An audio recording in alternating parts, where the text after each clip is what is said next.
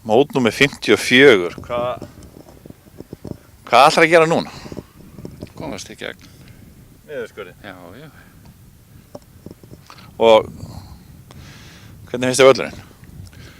Völlurinn er fínn. Það sem búin að... Ég spilaði hann hérna fyrir mánuði síðan, mjög góður. Reyndar að spila þessa 3-9 í fyrsta skipti. Vist vel á þær. Stremnar. Þarna seinni 2. Hvað 14 og 15. En þú átt alveg eldgamla minningu frá þessum velli ekki, síðan í eldgamla daga. Já. Upp úr miðri síðustu öld. Segðu hvernig svo því.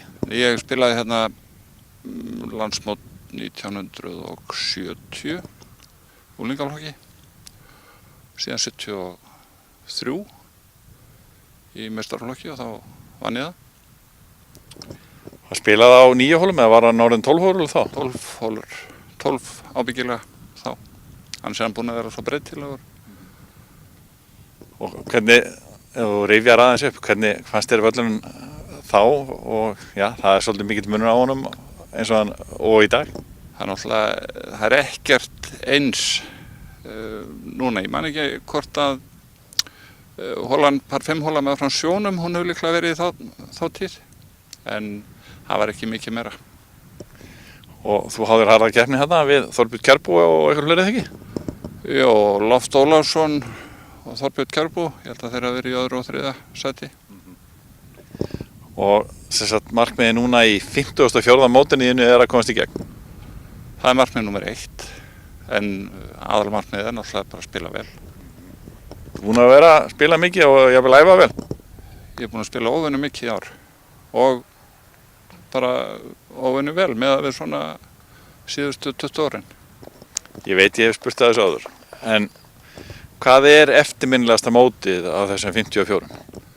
Þá er bara ég hitt á sama svarið og áður. Eftirminnilegast ætli hafi ekki verið fyrsta skipti sem ég vann meistaraflokki 1971. Og fyrsta skipti sem ég var með 1964 í Vestmannaeyjum. Það var sjálfsögðu eftirminnilegt. Hvernig var völlurinn þá? Í Eyjum. Hann var fínn, sko. Það voru 9 hólur sem að það voru spilaðar og það var mjög skemmtilegu völlur.